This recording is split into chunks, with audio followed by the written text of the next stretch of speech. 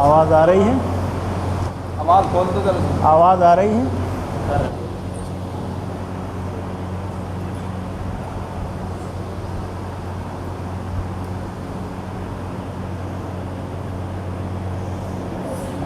اذان کئے بجے ہے اذان؟ ان الحمد للہ نحمده ونستعینه ونستغفره ونعوذ باللہ من شرور انفسنا ومن سیئات اعمالنا من يهده الله فلا مضل له ومن يضلل فلا هادي له وأشهد أن لا إله إلا الله وحده لا شريك له وأشهد أن محمدًا عبده ورسوله صلى الله عليه وسلم. أما بعد فإن خير الحديث كتاب الله وخير الهدي هدي محمد صلى الله عليه وسلم وشر الأمور محدثاتها فإن كل محدثة بدعة وكل بدعة ضلالة وكل ضلالة في النار. أعوذ بالله من الشيطان الرجيم. وأنزلنا إليك الذكر لتبين للناس ما نزل إليهم ولعلهم يتفكرون. وقال تعالى کتاب انزلناہ مبارک لیدبروا آیاتہ ولیتذکر اولو الالباب. تمام تعریفیں اللہ رب العالمین ہی کے لیے ہیں اور بے شمار درود و سلام نازل ہوں اللہ کے نبی جناب محمد الرسول اللہ پر اور آپ کے آل و اصحاب پر اور آپ کے متبعین پر. بزرگوں، بھائیوں اور عزیز نوجوانوں، اللہ رب العالمین کا فضل و کرم ہے کہ اس نے ہمیں مسلمان بنایا ہے. ہمارا دین اسلام ہے جو اللہ رب العالمین کا پسندیدہ اور نازل کیا ہوا دین ہے. اسلام حضرت آدم علیہ السلام سے شروع ہوا اور محمد الرسول اللہ صلی اللہ علیہ وسلم پر مکمل ہوا. تمام نبیوں کا دین اسلام ہی ہے. ہر نبی نے اپنی امت کو اسلام کی طرف بلایا، اللہ تعالیٰ کی توحید کی طرف بلایا، شرک سے لوگوں کو روکا اور ان کی ذات میں انفرادی طور پر بھی اور اجتماعی طور پر بھی اصلاح اور فلاح کا کام کیا. سب سے اخیر میں اللہ رب العالمین نے اپنے پیارے نبی جناب محمد الرسول اللہ صلی اللہ علیہ وسلم کو بھیجا اور دین اسلام کو آپ کی ذات مقدسہ پر مکمل کیا. محمد الرسول اللہ صلی اللہ علیہ وسلم سے پہلے جتنے نبی گزرے اور جتنی امتیں آئیں انہیں یہ شرف حاصل نہیں ہوا کہ ان پر اسلام کی تکمیل ہو جاتی. یہ اعزاز، یہ شرف اور یہ بڑائی امت محمدیہ صلی اللہ علیہ وسلم کے حصے میں آئی. محمد الرسول اللہ صلی اللہ علیہ وسلم نے اللہ تعالیٰ کے دین کا آغاز کلمہ توحید سے کیا اور کلمہ توحید ہی اسلام کی بنیاد ہے. رسول اللہ صلی اللہ علیہ وسلم پر جب پہلی وحی کا نزول ہوا، واقعہ لمبا ہے، اس تفصیل میں نہیں جاؤں گا. صفا پہاڑی پر کھڑے ہو کر مکے والوں کو جمع کیا اور فرمایا یا ایھا الناس قولوا لا الہ الا اللہ تفلحوا، اے لوگو اس بات کا اقرار کر لو کہ اللہ کے علاوہ کوئی معبود برحق نہیں ہے، تم فلاح پا جاؤ گے، کامیاب ہو جاؤ گے۔ معلوم یہ ہوا کہ اگر ہمیں دنیا کی زندگی میں اور آخرت کی زندگی میں کامیابی چاہیے تو اللہ تعالیٰ کی توحید کا عقیدہ مضبوطی کے ساتھ ہم اختیار کریں۔ عقیدہ توحید میں کسی بھی طرح کا جھول اور کمی نہیں ہونی چاہیے۔ ہر نبی نے توحید کی دعوت دی۔ رسول اللہ صلی اللہ علیہ وسلم نے جب کلمہ توحید کی طرف لوگوں کو بلایا تو آپ کے گھر سے مخالفت ہوئی، محلے سے مخالفت ہوئی، پڑوس سے مخالفت ہوئی، آپ کے شہر سے مخالفت ہوئی۔ بے شمار مخالفتوں کا سامنا رسول اللہ صلی اللہ علیہ وسلم نے کیا،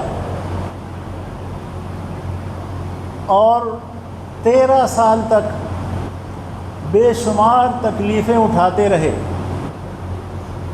رسول اللہ صلی اللہ علیہ وسلم نے ان 13 سالوں میں جو نبوت کے دور کی مکے کی زندگی ہے، جتنی تکلیفیں اٹھائی ہیں ہم لوگ اس کا تصور نہیں کر سکتے،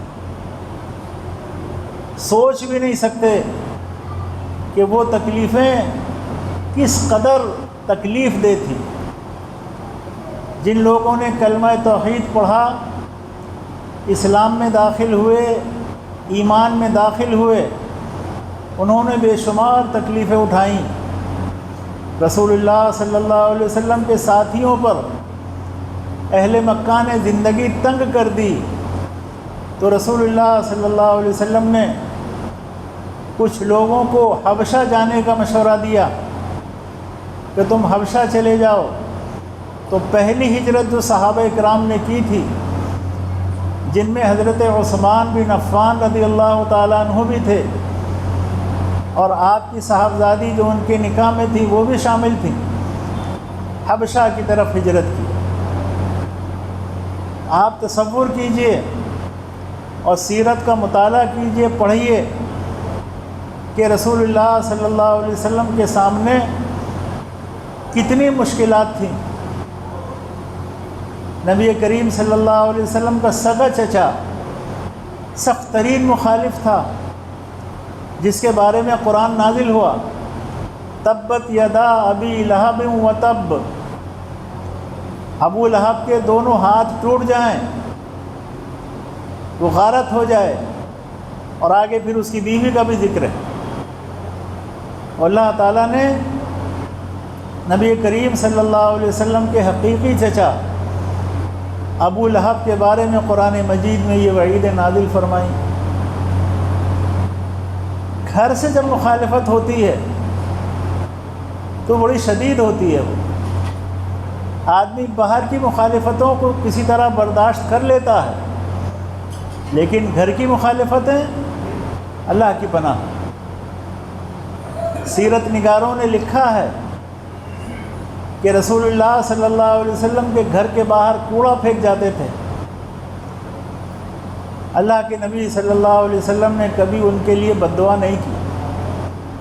ایک مرتبہ بہت زیادہ پریشانی ہوئی تو صرف اتنا فرمایا کہ اے قریش کے لوگوں، اے میرے قرابت داروں، تمہیں کیا ہو گیا ہے؟ تم کس طرح کے پڑوسی ہو کہ اپنے پڑوسی کو پریشان کرتے ہو؟ رسول اللہ صلی اللہ علیہ وسلم نے 13 سال شدید تکلیف میں گزارے، اور مکے کے لوگوں نے پلاننگ کی، اور ایسی پلاننگ تھی وہ جو بڑی خطرناک تھی، لیکن اللہ رب العالمین اپنے نبی کا محافظ اور نگہبان تھا۔ اللہ نے نبی کی حفاظت کی، نگہبانی فرمائی، نبی کی نصرت فرمائی، اور نبی کریم صلی اللہ علیہ وسلم کو ہر طرح کی مشکلات سے محفوظ فرمایا۔ وَإِذْ يَمْكُرُ بِكَ الَّذِينَ كَفَرُوا لِيُثْبِتُوكَ أَوْ يَقْتُلُوكَ أَوْ يُخْرِجُوكَ وَيَمْكُرُونَ وَيَمْكُرُ اللَّهُ وَاللَّهُ خَيْرُ الْمَاكِرِينَ۔ اللہ اکبر۔ جو لوگ اللہ کے نافرمان تھے انہوں نے کیا پلاننگ کی کہ یا تو انہیں یہاں قید کر دو، یا انہیں قتل کر دو، یا انہیں یہاں سے نکال دو۔ تین طرح کی پلاننگ تھی جو اس آیت میں بیان کی گئی ہے۔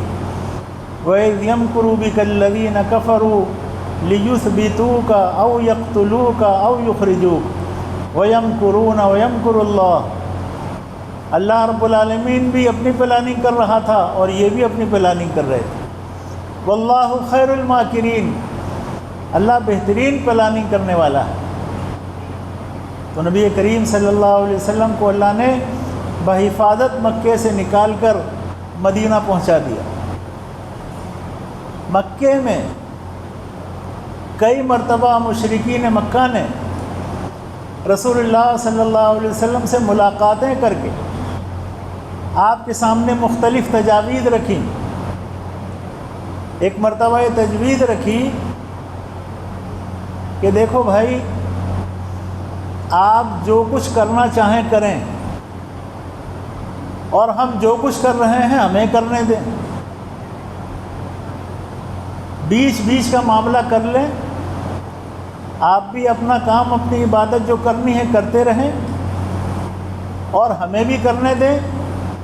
بس ایک مطالبہ ہے ہمارا، یہ جو قرآن آپ سناتے ہیں اس میں کچھ تبدیلی کر دیں یا اس کے علاوہ کوئی دوسرا قرآن لے آئیں، تو یہ آپ کے اور ہمارے درمیان کا جو جھگڑا ہے، تنازع ہے، یہ ختم ہو جائے۔ کیا مطالبہ تھا کہ جو قرآن آپ ہمیں سنا رہے ہیں، قرآن کریم اللہ نے نازل کیا رسول اللہ صلی اللہ علیہ وسلم پر، اور قرآن مجید نے ساری قوموں کی پول پٹی کھول کے رکھ دی، مشرکین کی حقیقت بیان کر دی، یہود کی مکر و فریب کو بیان کر دیا، اور نصارہ کی چالوں کو بیان کر دیا، چھوڑا نہیں کسی کو قرآن مجید نے۔ آپ قرآن مجید کا تدبر کے ساتھ مطالعہ کریں، یہ ساری چیزیں آپ پر واضح ہو جائیں گی کہ قرآن کریم نے کس طرح ان لوگوں کی حقیقت کو بیان کیا ہے۔ تو یہ کہا کہ یا تو آپ اس میں کچھ تبدیلی کر دیں یا اس کے علاوہ کوئی دوسرا قرآن لے آئیں۔ اب یہاں بہت توجہ سے بات سننے کی ہے کہ اللہ تعالیٰ نے پورا قرآن مجید اول سے اخیر تک محمد رسول اللہ صلی اللہ علیہ وسلم پر نازل کیا، اور محمد رسول اللہ صلی اللہ علیہ وسلم کی رسالت کو ساری انسانیت کے لیے بنایا۔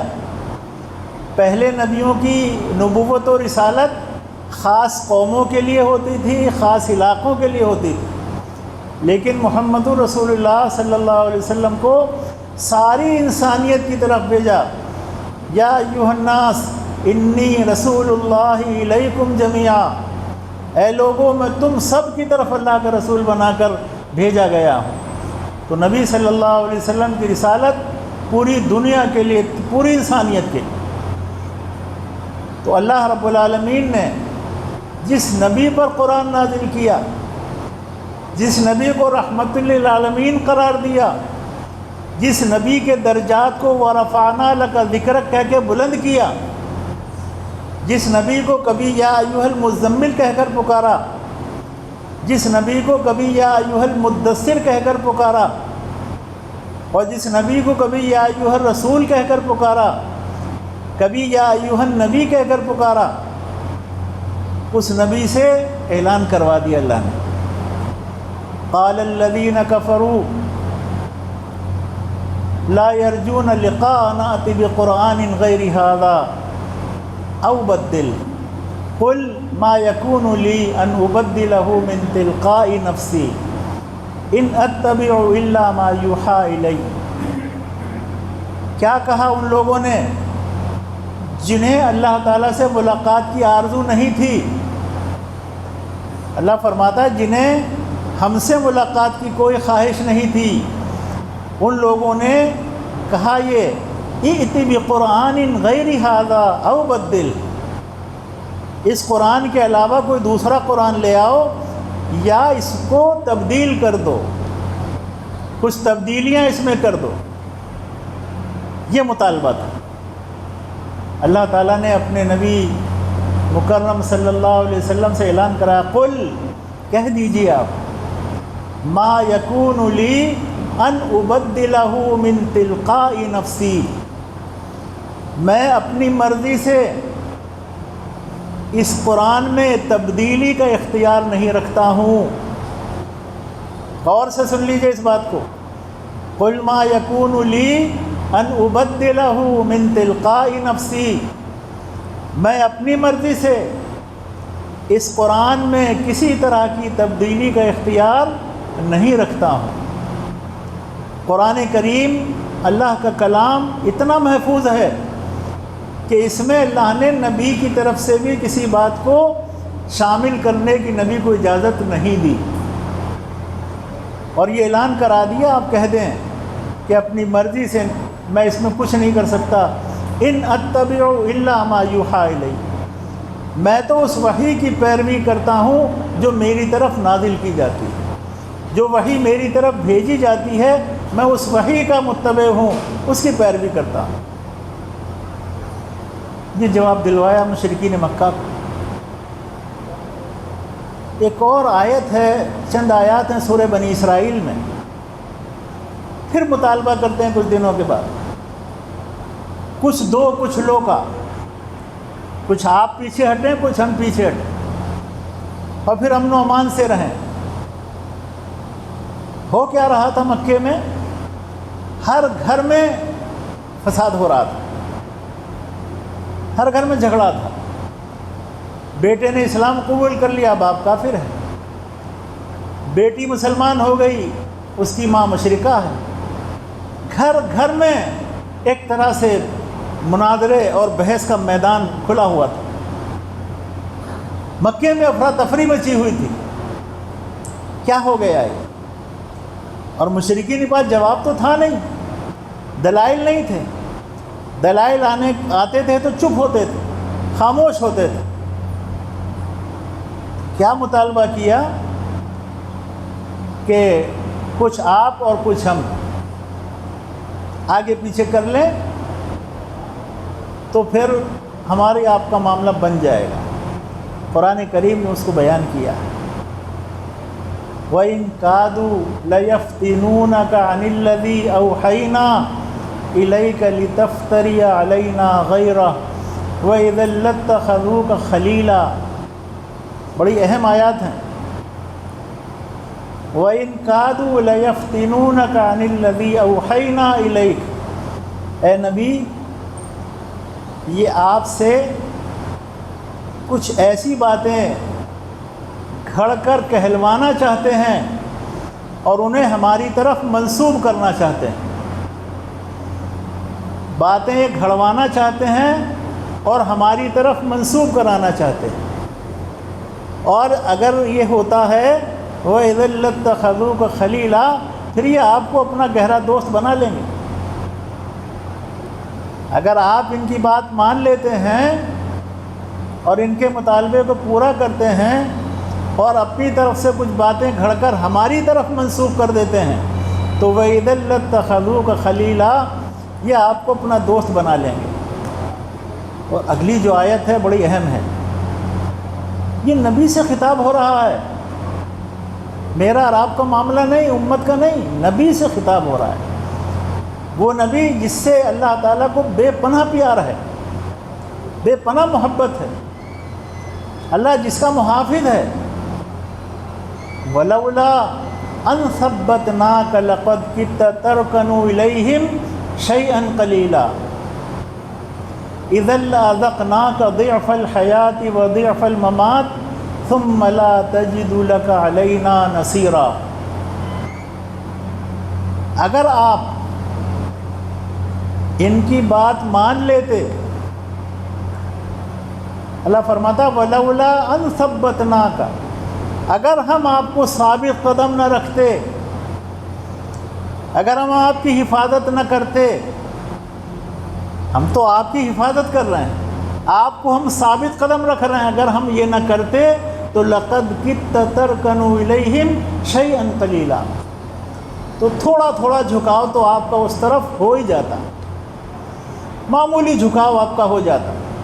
اللہ اکبر، تَرْكَنُوا إِلَيْهِمْ قَلِيلًا کہا لنا، اور اس کے بعد بہت سخت بات کہی، بہت سخت بات، اِذًا لَأَذَقْنَاكَ ضِعْفَ الْحَيَاةِ وَضِعْفَ الْمَمَاتِ ثُمَّ لَا تَجِدُ لَكَ عَلَيْنَا نَصِيرًا، اگر آپ ایسا کر لیتے تو آپ کو اس دنیا میں بھی دگنا عذاب ہم دیتے اور آخرت میں بھی دگنا عذاب دیتے، اور ہم سے بچانے والا کوئی نہ ملتا۔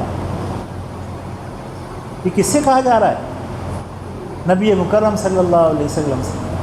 تو یہ کتاب اتنی محفوظ ہے، میں جو بات بتانا چاہتا ہوں آپ کو وہ یہ ہے کہ قرآن کریم نہایت محفوظ ترین کتاب ہے، اس میں کہیں سے کوئی آمیزش انسانی کلام کی نہیں ہے، حتیٰ کہ محمد رسول اللہ صلی اللہ علیہ وسلم کو بھی اپنی جانب سے اس کتاب میں کسی تبدیلی کا اور کسی آگے پیچھے کرنے کا اختیار نہیں دیا گیا۔ سورہ حاقہ کی چند آیات اور سن لیجیے، بڑی خطرناک ہے، بہت خطرناک ہے۔ وَلَوْ تَقَوَّلَ عَلَيْنَا بَعْضَ الْأَقَاوِيلِ لَأَخَذْنَا مِنْهُ بِالْيَمِينِ ثُمَّ لَقَطَعْنَا مِنْهُ الْوَتِينَ فَمَا مِنْكُمْ مِنْ أَحَدٍ عَنْهُ حَاجِزِينَ، اگر آپ اس میں اپنی طرف سے کچھ شامل کر دیتے، وَلَوْ تَقَوَّلَ عَلَيْنَا بَعْضَ الْأَقَاوِيلِ، اگر کچھ باتیں آپ اپنی جانب سے اس ہمارے کلام میں، ہماری کتاب میں شامل کر دیتے، لَأَخَذْنَا مِنْهُ بِالْيَمِينِ، تو ہم آپ کو داہنے ہاتھ سے پکڑ لیتے، اور ایک ترجمہ یہ بھی ہے کہ ہم آپ کا داہنا ہاتھ پکڑ لیتے یا ہم آپ کو داہنے ہاتھ سے پکڑ لیتے، داہنے ہاتھ سے پکڑ لیتے، تو پھر کیا کرتے؟ آپ کی شہرک کو کاٹ دیتے۔ ثم لقطعنا منه الوتین، آپ کی شہرک کاٹ دیتے۔ فما منکم من احد عنہ حاجزین، اور آپ کو ہم سے چھڑانے والا کوئی نہ ملتا۔ اللہ اکبر، یہ ہے دین اسلام، یہ ہے قرآن کریم، یہ ہے رسول اسلام محمد رسول اللہ صلی اللہ علیہ وسلم۔ یہ دین اتنا خالص ہے۔ اللہ کے نبی صلی اللہ علیہ وسلم جب قرآن نازل ہوتا تھا تو آپ قرآن مجید کو یاد کرنے کی خاطر ساتھ ساتھ پڑھتے رہتے تھے کہ کہیں میں بھول نہ جاؤں۔ اللہ تعالیٰ نے فرمایا لا تحرک بہ لسانک لتعجل بہ ان علینا جمعہ وقرآنہ فإذا قرأناه فاتبع قرآنه ثم إن علينا بيانه، اے نبی صلی اللہ علیہ وسلم آپ جلدی جلدی اپنی زبان کو حرکت نہ دیا کریں، اس کلام کو یاد کرا دینا یہ ہمارا کام ہے، ہم آپ کو یاد کرا دیں، ہم آپ کو اس کتاب کو آپ کے سینے میں محفوظ کر دیں گے، اس لیے آپ زبان کو جلدی جلدی حرکت نہ دیا کریں، اور ہم آپ سے اس کا بیان بھی کرائیں گے۔ ثم ان علینا بیانہ، ہم آپ سے اس کی تفسیر کرائیں گے، اس کا بیان کرائیں گے۔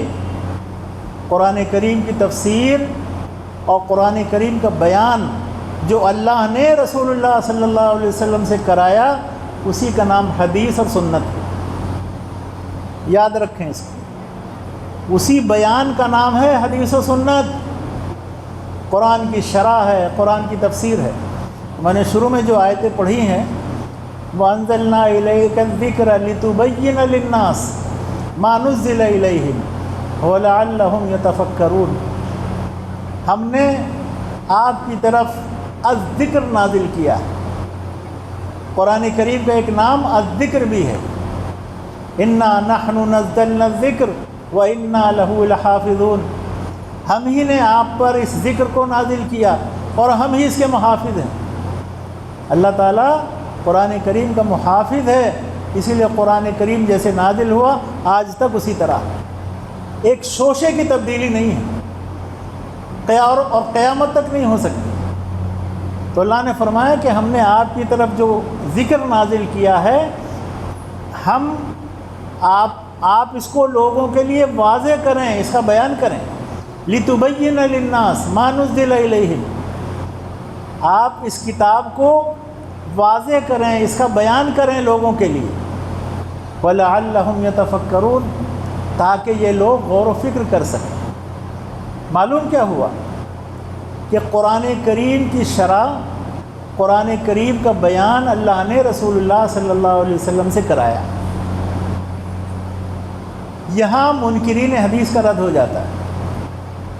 ایک گمراہ طبقہ ہے مسلمانوں میں، نہایت گمراہ طبقہ، جو حدیث کا انکار کرتا ہے، اور آج سوشل میڈیا کے دور میں اس میں اور ترقی ہو گئی۔ ایسے ایسے فتنہ پرور ظالم یوٹیوب پر بیٹھے ہیں اور اپنی حفوات کی ریکارڈنگ کرا کے دنیا میں پھیلا رہے ہیں، کہتے ہیں حدیث کوئی چیز ہی نہیں ہے، تو تاریخ کا ایک ذخیرہ ہے، بس ہمارے لیے قرآن کافی، حسبنا کتاب اللہ، ہمارے لیے تو اللہ کی کتاب کافی، اور بھئی اس کی شرح، اس کی تفسیر وہ ہم خود کریں گے، اپنے فہم سے کریں گے۔ جہاں یہ چیز داخل ہو جائے گی وہاں گمراہی ایک دم شروع ہو جائے گی۔ ہمیشہ یاد رکھیے، گمراہی سے بچنا ہے، ہر طرح کی گمراہی سے اگر بچنا ہے تو اللہ کی کتاب کی وہی شرح، وہی تفسیر معتبر ہے جو رسول اللہ صلی اللہ علیہ وسلم اور آپ کے صحابہ نے کی، کیونکہ صحابہ کو قرآن نبی علیہ السلام نے سکھایا، پڑھایا، عمل کر کے دکھایا۔ تو لِتُبَيِّنَ لِلنَّاسِ، آپ اس کی وضاحت کریں لوگوں کے لیے۔ تو نبی کا یہ منصب ہے، یہ عہدہ ہے کہ نبی اللہ کے کلام کی وضاحت لوگوں کے سامنے کریں، اور اسی لیے نبی کو معلم قرآن بنا کر بھیجا گیا ہے، يُعَلِّمُهُمُ الْكِتَابَ وَالْحِكْمَةَ، یہ نبی کتاب و حکمت کی تعلیم دیتے ہیں۔ تو محمد رسول اللہ صلی اللہ علیہ وسلم معلم قرآن مجید ہیں، اور آپ صلی اللہ علیہ وسلم جو تفسیر کرتے ہیں قرآن کی، جو تبیین کرتے ہیں، جو بیان کرتے ہیں، وہ بھی اپنی طرف سے نہیں کرتے۔ اللہ نے قرآن مجید میں ذکر کر دیا ہے، وَمَا يَنطِقُ عَنِ الْهَوَىٰ إِنْ هُوَ إِلَّا وَحْيٌ يُوحَىٰ، جو کچھ ہماری طرف سے پہنچایا جاتا ہے نبی وہی بولتے ہیں، اپنی طرف سے کچھ نہیں کہتے، جو کچھ وحی نازل ہوتی ہے وہی بیان کرتے ہیں۔ تو اللہ کے رسول صلی اللہ علیہ وسلم نے قرآن مجید کی وضاحت کی، قرآن مجید کی تفسیر کی، قرآن مجید کا بیان کیا۔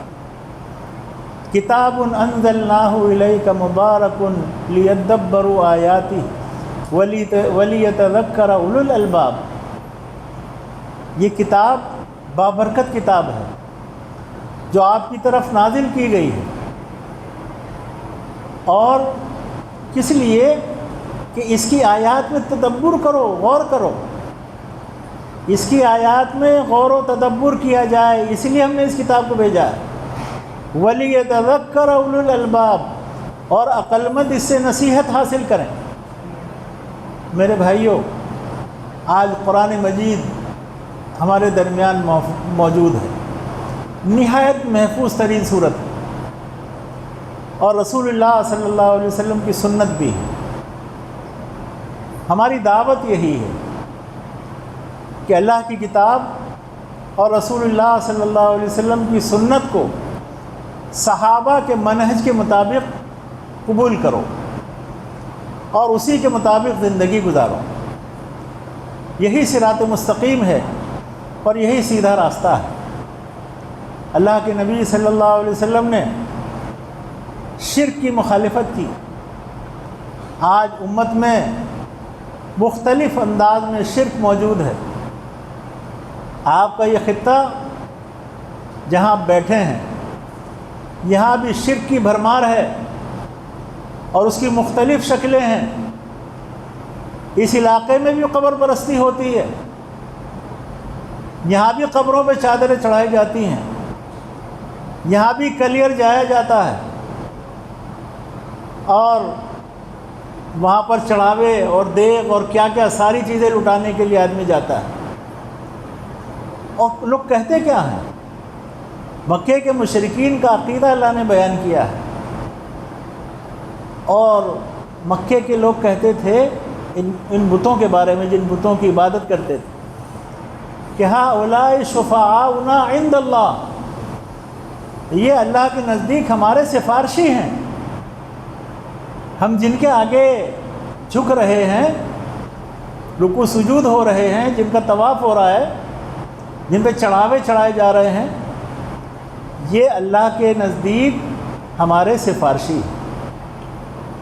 آپ ایمانداری سے بتائیے، قبروں پر جانے والے لوگ کیا یہ عقیدہ اصحاب قبور کے بارے میں نہیں رکھتے کہ یہ بزرگ ہستی ہیں؟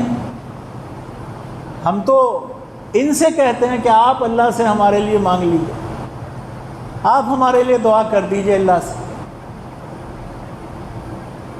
اگر کوئی آدمی سنتا ہے تو اس سے کہا بھی جائے گا، کوئی آدمی دیکھتا ہے، بولتا ہے، چلتا ہے، پھرتا ہے تو کہا جائے گا۔ ایک ایسا شخص جو صدیوں پہلے قبر میں چلا گیا،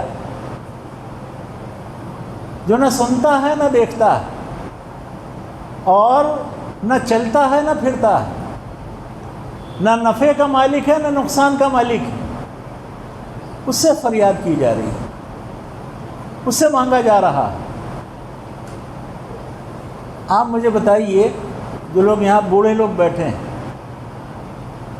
20-25 سال پہلے یہ میں جو یہ عنوان لکھا ہے نا تمہید کے بعد، اب میں اصلاح معاشرہ کی بات کر رہا ہوں، اور اصلاح معاشرہ میں سب سے پہلے عقیدے کی اصلاح ہوتی ہے، سب سے پہلے عقیدے کی اصلاح۔ یہ کلیئر میں سالانہ جو عرس ہوا کرتا تھا، وہاں طوائفوں کے خیمے لگتے تھے، یاد ہے بوڑھے لوگوں کو؟ اگر کوئی بوڑھا آدمی ہو یہاں اور 25-30 سال پہلے کے حالات سے واقف ہو تو اسے معلوم ہوگا کہ وہاں پر وہ سب لگا کرتے تھے۔ اب لوگوں نے کہانیاں گھڑ دیں، کیا کہانیاں بنا دیں کہ صاحب ایک صاحب دیوبند کے مدرسے میں کسی عالم کے پاس گئے، ان سے کہا حضرت یہ کیا ہو رہا ہے کلیئر میں؟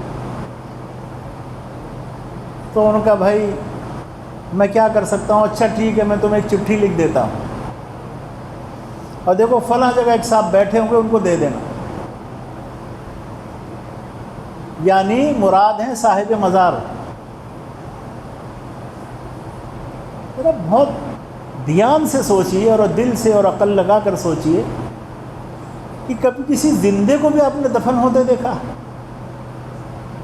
بولتا چلتا پھرتا آدمی کو کوئی دفن کرے گا؟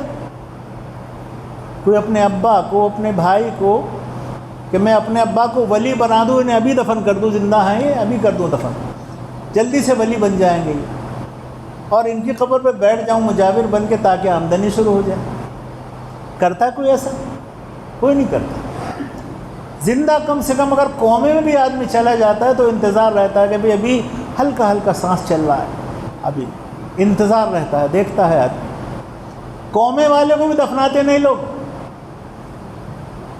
جس کو دفنا دیا گیا ہے وہ زندہ نہیں ہے۔ اب میرا کہنا یہ ہے کہ وہاں طوائفوں کے خیمے ہیں، اب نہیں ہیں، اب تو الحمدللہ ختم ہو گئے، لیکن جب تھے اس وقت میں وہ حضرت پیر صاحب کہاں تھے؟ انہیں معلوم تھا کہ ان کی قبر کے باہر طوائفیں ناچ رہی ہیں؟ اگر انہیں معلوم تھا، وہ سنتے ہیں، وہ دیکھتے ہیں، انہیں کچھ اختیارات ہیں، تو انہیں روکنا چاہیے تھا کہ نہیں؟ اور بھائی آپ بھی اتنے باغیرت ہیں کہ کسی کی شادی میں ڈھول تاشا بجتا ہے تو اس کے یہاں کھانا نہیں کھاتے، چلے آتے ہیں واپس، آتے ہیں کہ نہیں؟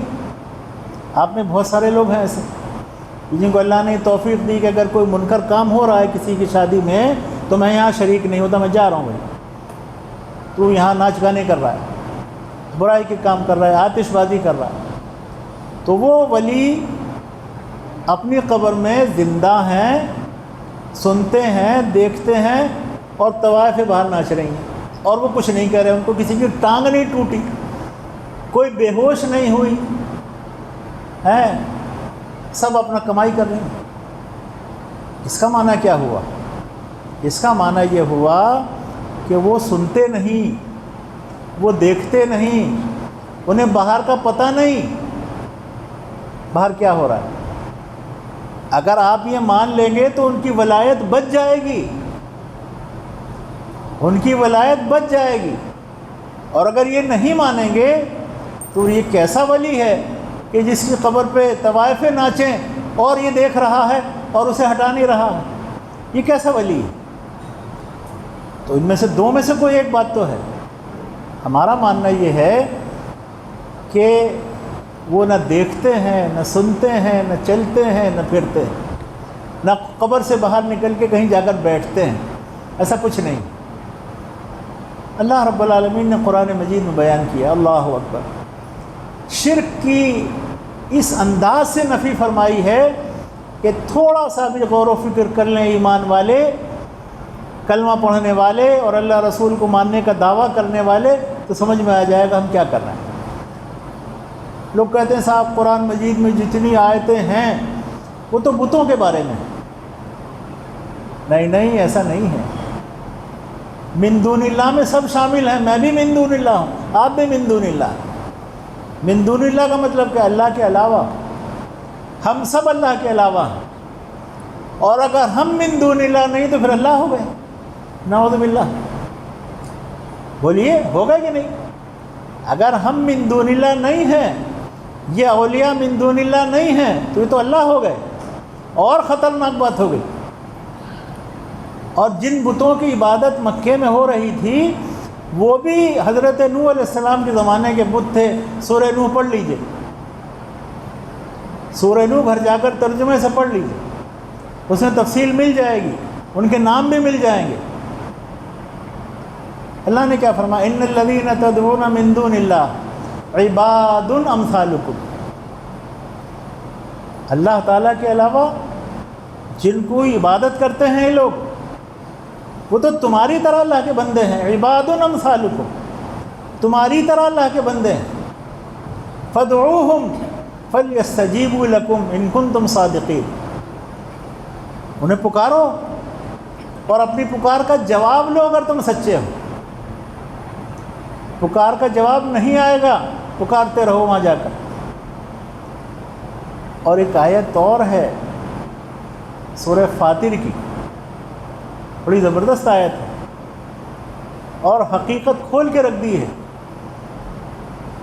تمام ان لوگوں کی جنہیں کسی بھی اعتبار سے لوگ پوج رہے ہیں، جن کی عبادت کر رہے ہیں، جن کے آگے جھک رہے ہیں، جن سے مانگ رہے ہیں، جن سے روٹی روزی اور شفا مانگتے ہیں، اولاد مانگتے ہیں۔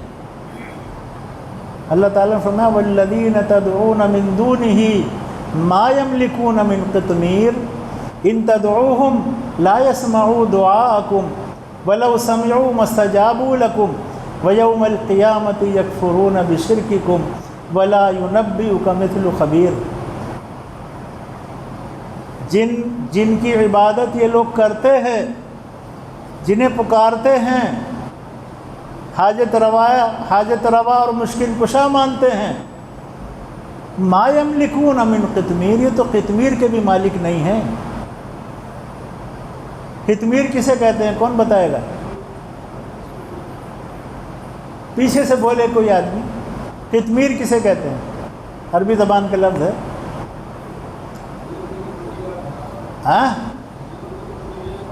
ہاں، کھجور کی گٹھلی کے اوپر جو ایک سفید باریک سے چھلکا ہوتا ہے اسے قطمیر بولتے ہیں۔ اللہ فرماتا ہے یہ تو قطمیر کے بھی مالک نہیں ہیں۔ ما یملکون من قطمیر ان تدعوہم لا يسمعوا دعاءکم، انہیں پکارو تمہاری پکار سنتے ہی نہیں. ولو سمعوا، بفرض محال سن لیں، مستجابوا لکم، جواب نہیں دیں گے، اور تمہارے شرک سے قیامت کے دن بیزاری کا اعلان کریں گے، بیزاری کا اعلان کریں گے. اللہ فرماتا ہے ہم تمہیں بڑے پتے کی بات بتا رہے ہیں. تو میرے بھائیوں، یہ جن جن کی قبروں پہ جا کر مسلمان جھک رہے ہیں، طواف کر رہے ہیں، چادریں چڑھا رہے ہیں، اولادیں مانگ رہے ہیں، کاروبار میں برکت مانگ رہے ہیں، بیماری میں شفا مانگ رہے ہیں.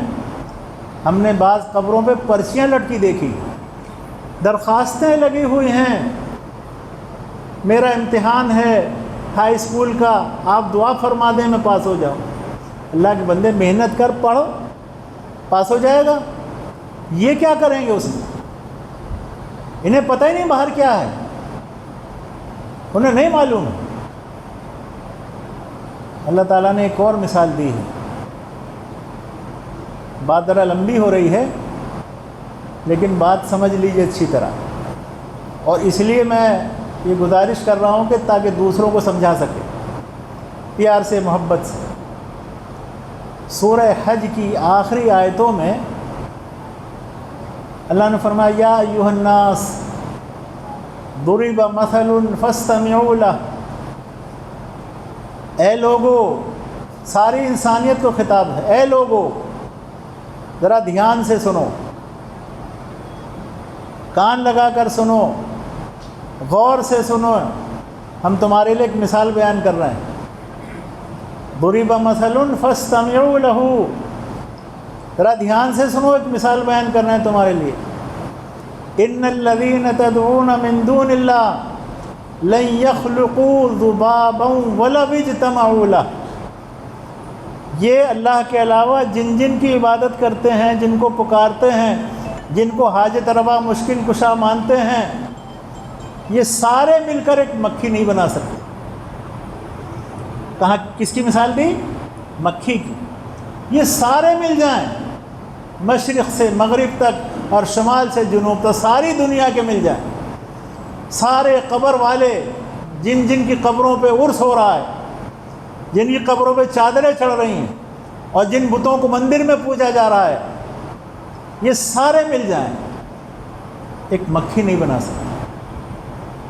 لن يخلقوا ذبابا ولو اجتمعوا لہ، سارے مل جائیں.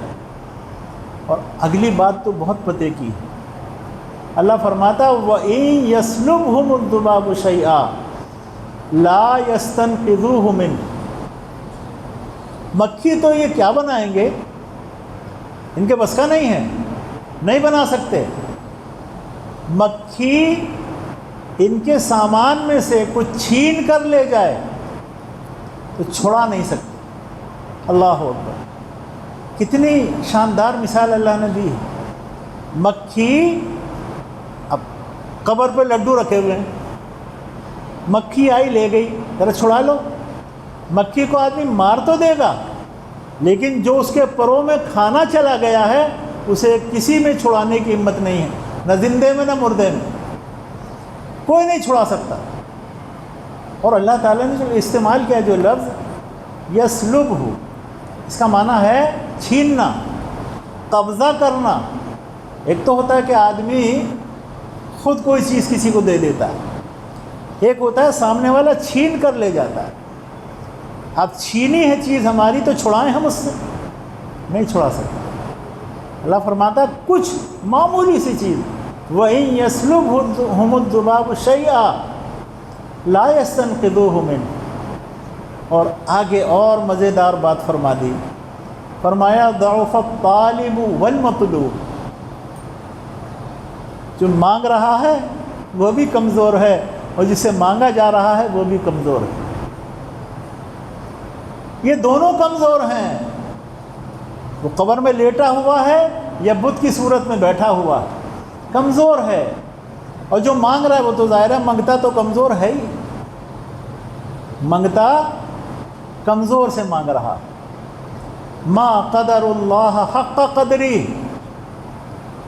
اللہ کی شان کے مطابق تم نے اللہ کو نہیں پہچانا، اللہ کی قدر نہیں کی، لا الہ الا اللہ تو پڑھا لیکن اللہ کی قدر تک نہیں پہنچے، اللہ کی توحید کی معرفت تمہیں حاصل نہیں ہوئی، اللہ کی شان کے مطابق اس کی قدر نہیں کی تم نے۔ ان اللہ لقوی عزیز، اللہ اکبر، بلا شبہ اللہ ہی طاقتور ہے۔ ان کے بارے میں کیا کہا؟ جو مانگ رہا ہے وہ بھی کمزور ہے، جس سے مانگا جا رہا ہے وہ بھی کمزور ہے۔ طاقتور کون ہے؟ اللہ۔ غالب کون ہے؟ اللہ ہے۔ لقوی عزیز، اللہ ہی طاقتور ہے اور اللہ ہی غالب ہے۔ تو میرے بھائیوں، شرک سے بچو، کسی بھی طرح کا شرک تباہ کر دے گا سارے اعمال کو، سارے اعمال کو تباہ کر دے گا۔ سورہ انعام میں اللہ رب العالمین نے 18 نبیوں کا ذکر پے در پہ کیا ہے، بالکل متصل کیا ہے۔ وَتِلْكَ حُجَّتُنَا آتَيْنَاهَا إِبْرَاهِيمَ، ان آیات میں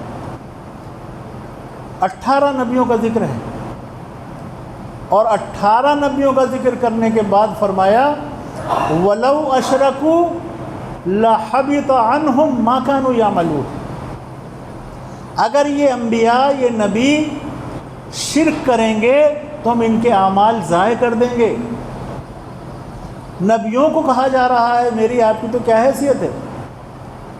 اگر یہ انبیاء بھی، یہ نبی بھی اللہ کی ذات و صفات میں کسی کو شریک ٹھہرا دیں گے تو ان کے اعمال ضائع کر دیے جائیں۔ اور سورہ زمر میں اللہ رب العالمین نے خاص اپنے نبی محمد صلی اللہ علیہ وسلم کو خطاب کر کے فرمایا لَإِنْ أَشْرَكْتَ لَيَحْبَطَنَّ عَمَلُكَ وَلَتَكُونَنَّ مِنَ الْخَاسِرِينَ۔ اے محمد صلی اللہ علیہ وسلم، اگر آپ نے بھی شرک کیا تو آپ کے سارے اعمال غارت ہو جائیں گے اور آپ نقصان پانے والوں میں سے ہو جائیں گے۔ اللہ اکبر، شرک کا معاملہ اتنا خطرناک ہے۔ إِنَّهُ مَن يُشْرِكْ بِاللَّهِ فقد حرم اللہ علیہ الجنہ ومأواہ النار وما للظالمین من انصار۔ جس نے بھی اللہ کی ذات اور صفات میں کسی کو شریک ٹھہرا دیا تو اس پر جنت حرام ہے، اس کا ٹھکانہ جہنم ہے۔ یہ بہت بڑا ٹھکانہ ہے۔ تو میرے بھائیوں، بہت ساری آیات قرآن مجید کی، جتنی مکی صورتیں ہیں قرآن مجید میں، ان میں توحید کا بیان اور شرک کی مذمت ہے۔ پڑھ جائیے قرآن مجید کو، تو اس پر کام کرنے کی ضرورت ہے۔ اچھے انداز میں، پیار سے، اخلاق سے، محبت سے ہم لوگوں کو اللہ تعالیٰ کی توحید کا پیغام پہنچائیں، اللہ کی توحید کے عقیدے پر مضبوطی کے ساتھ قائم رہیں۔ اور میرے بھائیوں، مسلمان آج اگر توحید پر مضبوط ہو جائے تو دنیا کی کوئی طاقت اسے نقصان نہیں پہنچا سکتی۔ اقبال نے کہا تھا، آسان نہیں مٹانا توحید کی امانت سینوں میں ہے ہمارے، آسان نہیں مٹانا نام و نشاں ہمارا۔ تو توحید مضبوط ہو۔ توحید کے بعد رسول اللہ صلی اللہ علیہ وسلم کی اتباع، فرما برداری کیوں لازم ہے؟ یہ بات کیوں کہی جاتی ہے؟ یہ دعوت کیوں دی جاتی ہے؟ اس لیے کہ اللہ تعالیٰ نے اپنی کتاب میں مختلف مقامات پر رسول اللہ صلی اللہ علیہ وسلم کی اطاعت اور فرما برداری کا حکم دیا ہے۔ اللہ تعالیٰ نے قرآن مجید میں رسول اللہ صلی اللہ علیہ وسلم کو ساری امت کے لیے نمونہ بنایا ہے، اسوہ حسنہ بنایا ہے۔ اللہ تعالیٰ نے قرآن مجید میں یہاں تک بیان کر دیا کہ وَمَن يُطِعِ الرَّسُولَ فَقَدْ أَطَاعَ اللَّهَ، جس نے رسول کی اطاعت کی بس اس نے اللہ کی اطاعت کی۔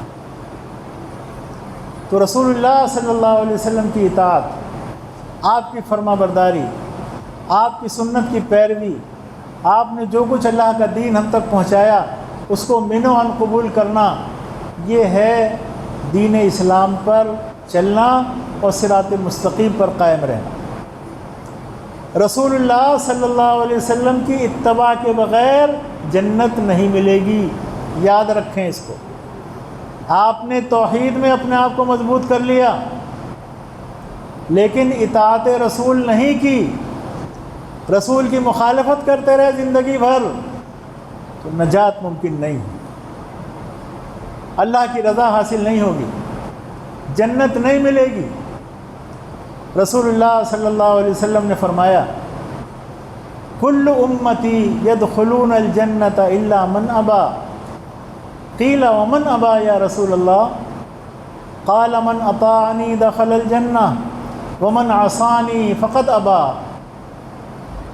صحیح روایت ہے، فرمایا میری ساری امت جنت میں جائے گی مگر لگا دیا، میری ساری امت جنت میں جائے گی مگر جس نے انکار کیا۔ بڑا سخت لفظ ہے، انکار کیا۔ قالو من ابا یا رسول اللہ، اے اللہ کے رسول انکار کرنے والا کون ہے؟ کیا معنی ہے انکار کا؟ فرمایا من اطاعنی دخل الجنہ ومن عصانی فقد ابا، جس نے میری اطاعت کی، میری پیروی کی، وہ جنت میں جائے گا۔ ومن عصانی فقد ابا، اور جس نے میری نافرمانی کی بس وہ انکار کرنے والوں میں شامل ہے، اس نے انکار کیا۔ میرے بھائیوں بہت سخت بات ہے یہ۔ آج ہم اپنے حالات کو دیکھیں، اپنے معاشرے کو دیکھیں، اپنی نجی زندگی کو دیکھیں، اپنی اجتماعی زندگی کو دیکھیں۔ آج ہمارا نوجوان کہاں جا رہا؟ آج مسلم نوجوانوں میں ہر طرح کی برائیاں موجود ہیں، ہر طرح کا نشہ مسلم نوجوان کر رہا ہے۔ جوا مسلمان کھیل رہے ہیں، سٹہ مسلمان کھیل رہے ہیں، شراب مسلمان کھیل رہے ہیں، زنا کاری مسلمان کر رہے ہیں۔ جتنی برائیاں ہیں سب آج ہمارے اندر موجود ہیں، پوری مسلم قوم میں موجود ہیں۔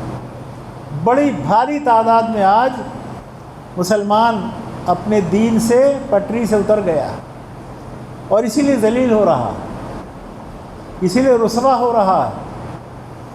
قرآن مجید نے بیان کیا ہے ظہر الفساد فی البر والبحر بما کسبت ایدی الناس، خشکی اور تری میں ہونے والے فسادات یہ لوگوں کے اپنے ہاتھ کی کمائی ہے۔ کہ جو کچھ اس وقت دنیا میں ہو رہا ہے اور ہم جن حالات سے جھوج رہے ہیں، جن مشکلات سے دوچار ہیں، سب ہمارے اپنے ہاتھوں کی کمائی ہے۔ ہم نے اللہ تعالیٰ سے بے وفائی کی، رسول اللہ صلی اللہ علیہ وسلم سے بے وفائی کی، کتاب و سنت کے راستے کو چھوڑا اور دوسرے راستے پر لگ گئے، شیطان کے راستے پر لگ گئے۔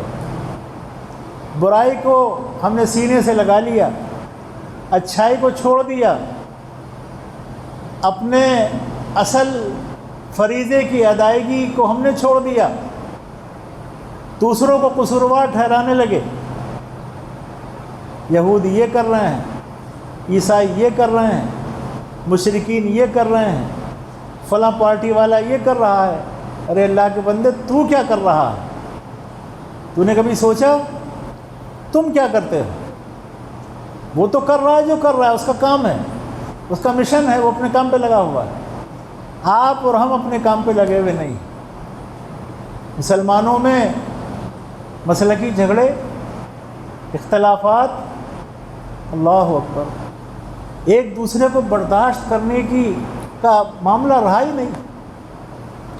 ذرا سے معمولی اختلافات کی بنیاد پر جہنم رسید کیا جا رہا ہے، کسی کو کافر کہا جا رہا ہے، کسی کو کچھ کہا جا رہا ہے۔ معمولی کبھی کبھی تو ایسا ہوتا ہے کہ صرف لفظی اختلاف ہے، معنی مفہوم کا اختلاف ہے، فہم کا اختلاف ہے، اس پر بھی کفر کے فتوے ہوتے ہیں، اس پر بھی مارو لے لو بھگاؤ ہٹاؤ، یہ سب ہوتا ہے۔ کیا ہے سب یہ؟ جو لوگ اس طرح کے کام کر رہے ہیں انہوں نے دین جانا ہی نہیں، دین کو سمجھا ہی نہیں۔ ہماری دعوت ہے یہ کہ اللہ تعالیٰ کی کتاب اور رسول اللہ صلی اللہ علیہ وسلم کی سنت علی منہج السلف، صحابہ کے منہج کے مطابق، جس طرح صحابہ نے کتاب و سنت پر عمل کیا، جو مفہوم انہوں نے بیان کیا وہی معتبر ہے۔ ہم اپنی عقل و فہم سے کتاب و سنت کی تفہیم و تعبیر نہیں کرتے ہیں۔ سن لیجیے آپ، کچھ لوگ ہمیں بڑے فخر کے ساتھ اور کبھی کبھی بطور طعنہ غیر مقلد کہتے ہیں، یہ غیر مقلد۔ ہم غیر مقلد نہیں ہیں، سن لیں ہمارے بھائی، ہم غیر مقلد نہیں ہیں۔ غیر مقلد کون ہوتا ہے؟ غیر مقلد وہ ہوتا ہے جو بے لگام ہوتا ہے، بے راہ ہوتا ہے، اور اپنی مرضی سے قرآن و حدیث کے معنی متعین کرتا ہے، اسے کہا جاتا ہے غیر مقلد۔ اور ایسے لوگوں کے میں نام گنوا سکتا ہوں لیکن مصلحتاً نہیں لے رہا ہوں۔ ایسے لوگ میرے علم میں ہیں، ان کی کتابیں بھی موجود ہیں کہ کون کون غیر مقلد ہیں اس دنیا میں یا اس ملک میں، لیکن اہل حدیث غیر مقلد نہیں ہے۔ اہل حدیث متبع کتاب و سنت ہے۔ اہل حدیث کتاب و سنت پر صحابہ کے منہج کے مطابق عمل کرنے والے لوگ۔ ائمہ کا احترام ہم لازم سمجھتے ہیں، بہت واضح انداز میں کہہ رہا ہوں۔ اگر کسی کے ذہن میں یہ بات ہو یہ اماموں کو نہیں مانتے، یہ غلط ہے، جھوٹ بولتا ہے۔ اماموں کو مانتے ہیں جیسا کہ ان کے ماننے کا حق ہے، ہاں انہیں نبی کے مقام پر نہیں بٹھاتے، انہیں قرآن مجید کا درجہ نہیں دیتے، ان کی باتوں کو حرف آخر نہیں سمجھتے، اور یہ انہی کی تعلیم ہے۔ نبی کریم صلی اللہ علیہ وسلم کے علاوہ کسی کی بات بھی حرف آخر نہیں ہے۔ سن لیجئے، کوئی ہو، کسی کی بات حرف آخر نہیں ہے، اس پر اپیل کی جا سکتی ہے، اس پر غور و فکر کیا جا سکتا ہے، اس کے بارے میں دلیل تلاش کی جا سکتی ہے۔ دلیل کے موافق ہو تو مانا جائے گا، دلیل کے خلاف ہو تو چھوڑا جائے گا۔ یہ ہمارا موقف ہے، اور یہی ائمہ کرام کا موقف تھا۔ تو اب ائمہ کرام کی طرف ہم نسبت نہیں کرتے تو اس کا معنی یہ نہیں کہ ہم ان کو نہیں مانتے، ہم ان کی تعلیمات سے استفادہ کرتے ہیں۔ ہمارے علماء کی کتابیں اٹھا کر دیکھ لیجیے، جب مسائل پر بحث ہوتی ہے تو ائمہ کے اقوال بھی بیان ہوتے ہیں، اور یہ بھی بیان ہوتا ہے کہ کون سا قول زیادہ صحیح ہے، کون سا قول دلیل کے مطابق ہے۔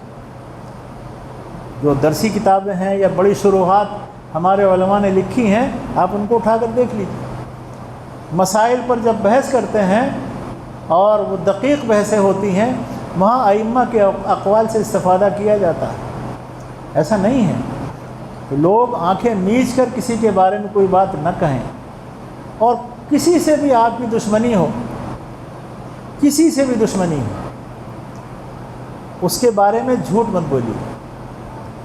یہ اصول ہے اسلام کا، لا یجرمنکم شنآن قوم علی الا تعدلوا اعدلوا هو اقرب للتقوی۔ اللہ نے فرمایا کسی قوم کی دشمنی تمہیں ناانصافی کی بات کرنے پر آمادہ نہ کرے، انصاف کیا کرو، اور یہی تقوی کے زیادہ قریب ہے۔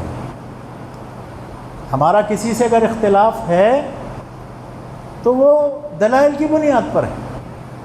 ہمیں یہ چاہیے کہ ہم اس کے بارے میں جھوٹ نہ بولیں، اس کی طرف ایسی بات منسوب نہ کریں جو اس کے ہاں نہ ہو، اور اس کو بھی چاہیے کہ وہ ہمارے بارے میں ایسی بات نہ کہے جو ہمارے یہاں نہ ہو۔ وہ بھی جھوٹ بولنے سے بچے اور ہم بھی جھوٹ بولنے سے بچیں، امن و امان قائم ہو جائے گا۔ بہت سارے جھگڑے یہیں ختم ہو جائیں گے، بدگمانیاں ختم ہو جائیں گے۔ یہ اصول اللہ نے دیا ہے کہ کسی قوم کی دشمنی تمہیں اس بات پر آمادہ نہ کرے کہ تم انصاف کی بات کہنا چھوڑ۔ ایک بات اور ہے، ہمارے یہاں جو خرابی پیدا ہوتی ہے ہمارے معاشرے میں، مسئلہ کی جھگڑے کیوں ہوتے ہیں؟ میں دوسرے کی بات اس کا ترجمان بن جاتا ہوں اور وہ میرا بن جاتا ہے۔ میرے مسلک کے بارے میں آپ میرے مخالف سے پوچھتے ہیں اور میں اپنے مخالف سے پوچھتا ہوں، غلط ہے یہ۔ اس سے آدمی کبھی حق کو نہیں پا سکتا۔ میرے مسلک کے بارے میں مجھ سے سوال کریں آپ، اور ان کے مسلک کے بارے میں ان سے سوال کریں، ان کے مسلک کے بارے میں مجھ سے سوال نہ کریں، میرے مسلک کے بارے میں مجھ سے سوال کریں۔ جب یہ اصول اپنا لیں گے جھگڑے ختم ہو جائیں گے، بدگمانیاں دور ہو جائیں گی، غلط فہمیاں دور ہو جائیں گی۔ اس لیے میرے بھائیوں ضروری ہے کہ ہم حقائق کو سمجھیں۔ ابھی ایک ویڈیو چل رہا ہے، لا الہ الا اللہ، وہ مولوی بول رہا ہے کہ یہ تو انگریزوں کی پیداوار ہے، انا للہ و انا الیہ راجعون۔ اہل حدیثوں کے بارے میں بول رہا ہے کہ انگریزوں کی پیداوار ہے۔ یہ معاشرے کی خرابیاں ہیں جو میں بیان کر رہا ہوں۔ اچھا صاحب، انگریزوں کی پیداوار ہیں، کیا انگریز یہ کہتے تھے کہ قرآن پر عمل کرو؟ کیا انگریز یہ کہتے تھے کہ سنت پر عمل کرو؟ کیا انگریز یہ کہتے تھے شرک سے بچو؟ کیا انگریز یہ کہتے تھے کہ توحید کو مضبوطی کے ساتھ پکڑ لو؟ انگریز یہ کہتے تھے کہ 5 وقت کی نماز پڑھو، اور نماز بھی سنت کے مطابق پڑھو، نماز بھی اول وقت میں پڑھو؟ کیا انگریز یہ کہتے تھے کہ رمضان کے روزے رکھو؟ بتاؤ، یہ دعوت انگریز کی دعوت ہے؟ کبھی کسی عیسائی نے یہ دعوت دی ہے؟ کسی یہودی نے یہ دعوت دی ہے؟ ایک نے بول دیا یہ تو سب یہودیوں کے چیلے ہیں۔ ہاں، یہودیوں کا چیلا بتا دیا کہ یہ یہودیوں کے پیدا کردہ ہیں۔ کتنا بڑا اتہام اور کتنا بڑا جھوٹ ہے۔ آدمی کو اللہ کے قیامت کے دن سامنے کھڑے ہونے کا بھی ڈر نہیں کہ اللہ کے سامنے پوچھ لیا اللہ نے تو کیا جواب دوں گا۔ اور یہ یاد رکھیے، فرشتہ سب کچھ لکھ رہا ہے، ما یلفظ من قول الا لدیہ رقیب عتید۔ انسان جو بولتا ہے اپنی زبان سے، یہاں لکھا جا رہا ہے، نیکی بھی لکھی جا رہی ہے، بدی بھی لکھی جا رہی ہے، اور یہ رجسٹر قیامت کے دن اللہ تعالیٰ نکالے گا۔ وَكُلَّ إِنسَانٍ أَلْزَمْنَاهُ طَائِرَهُ فِي عُنُقِهِ وَنُخْرِجُ لَهُ يَوْمَ الْقِيَامَةِ كِتَابًا يَلْقَاهُ مَنشُورًا۔ قیامت کے دن گردن کے پاس سے کتاب نکالی جائے گی اور کہا جائے گا اقرا کتابک، پڑھو اپنی کتاب، سب کچھ اس میں موجود ہے۔ بندہ دیکھ کر کہے گا، حیران رہ جائے گا، یا اللہ چھوٹی چھوٹی باتیں بھی تو اس میں لکھی ہیں، بڑی باتیں تو ہیں، چھوٹی چھوٹی بھی کچھ چھوڑا ہی نہیں، سب کچھ لکھا ہے اس میں۔ لا یغادر صغیرۃ ولا کبیرۃ الا احصاها، سب کچھ اس میں موجود ہے۔ اس لیے ڈرنا چاہیے، اللہ سے ڈرنا چاہیے۔ کسی کے بارے میں جھوٹ بولتے، کسی کے بارے میں اس طرح کی گفتگو کرتے ہوئے کہ یہ تو انگریز کے پیداوار ہیں، تو فلاں کے ہیں۔ امام ترمذی اٹھا کر دیکھ لیجیے، امام ترمذی رحمۃ اللہ علیہ نے ترمذی شریف میں حدیث بیان کرتے ہیں، پھر ائمہ کے مذاہب بیان کرتے ہیں۔ ماں اہل الحدیث کا بحیثیت مکتب فکر انہوں نے ذکر کیا کہ اہل حدیث کا اس مسئلے میں یہ قول ہے۔ اب کہاں امام ترمذی اور کہاں یہاں انگریز کی حکومت؟ اہل الحدیث کا تذکرہ ترمذی میں جگہ جگہ موجود ہے۔ یہ سب جھوٹ بولا جا رہا ہے، کس لیے کہ معصوم عوام کو بہکا دیا جائے، ان کے قریب نہ جا پائیں۔ بھیا ہم کہتے کیا ہیں؟ ہم کیا بول رہے ہیں آپ سے؟ قرآن مجید آپ کے پاس ہے، اس پر عمل کرو، نبی کی سنت پر عمل کرو۔ اس سے کوئی ایمان والا اس دعوت سے اختلاف تو کرے، کسی میں ہمت ہو تو اختلاف کرے کہ آؤ اللہ کی کتاب کی طرف، آؤ رسول اللہ صلی اللہ علیہ وسلم کی سنت کی طرف۔ یہی تو دعوت ہے، اس کے علاوہ تو کچھ بھی نہیں بولتے ہم لوگ۔ کیا کہتے ہیں؟ کوئی یہ نہیں کہتا کہ آؤ فلاں مولانا کی طرف، آؤ میاں نذیر حسین محدث دہلوی کی طرف، آؤ ثناء اللہ مرسری کی طرف، آؤ فلاں کی طرف، بولتے نہیں ہم لوگ تو سیدھی سیدھی بات کرتے ہیں، آؤ اللہ کی کتاب کی طرف، آؤ رسول اللہ صلی اللہ علیہ وسلم کی سنت کی طرف۔ یہ انگریز کی دعوت ہے، یہود کے چیلے یہی دعوت دیں گے؟ وہ تو قرآن کے مخالف ہیں، وہ کیسے کہیں گے قرآن کی طرف آؤ؟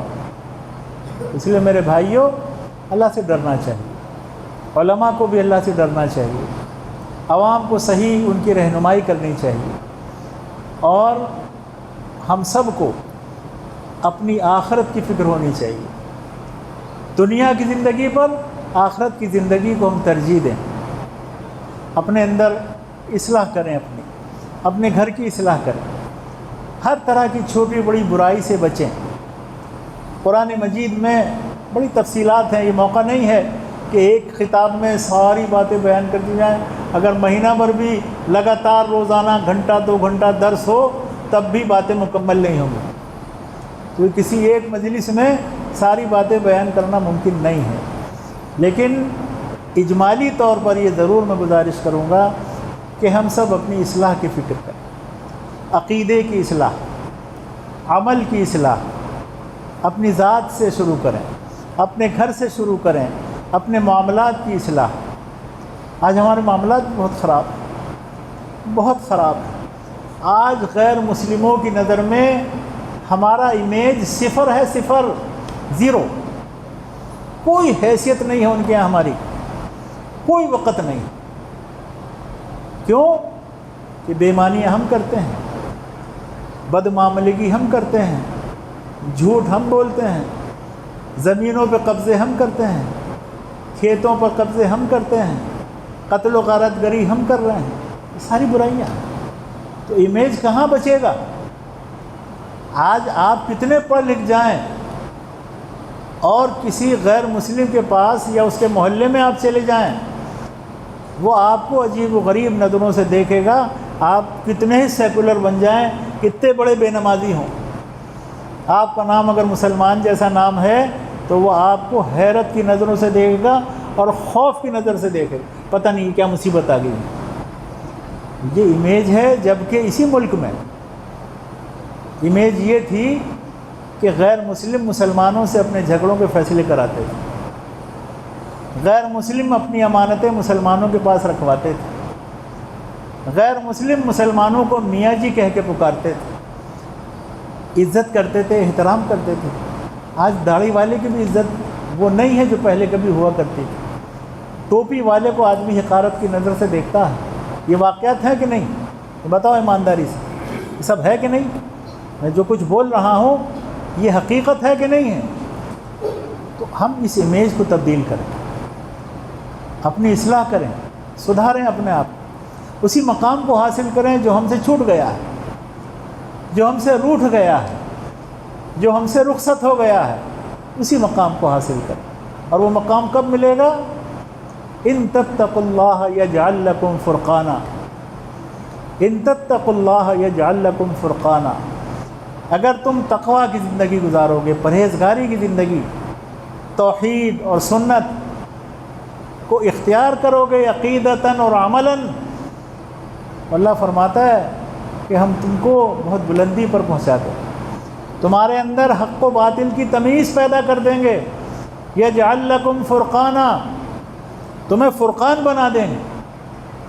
اس لیے میرے بھائیوں، گزارشات یہیں میں ختم کرتا ہوں کہ ہم اپنے آپ کو سدھاریں، اپنی اصلاح کریں، اور اللہ کی کتاب اور نبی کی سنت سے بہت مضبوطی کے ساتھ جڑ جائیں۔ قیامت کے دن کی رسوائی سے پناہ مانگیں، وہاں کوئی ساتھ دینے والا نہیں ہوگا، دوستی بھی کام نہیں آئے گی، اولاد بھی کام نہیں آئے گی، بیوی بھی بھاگ لے گی، شوہر بیوی سے بھاگ جائے گا، اکیلا کھڑا رہ جائے گا۔ اللہ ہم کو توفیق دے کہ ہم اسلام کے سچے ماننے والے بنیں، اسلام کو پھیلانے والے بنیں، اور اللہ کی توحید اور نبی کی سنت پر عمل کرنے والے بنیں۔ وآخر دعوانا ان الحمد للہ رب العالمین۔ سوالات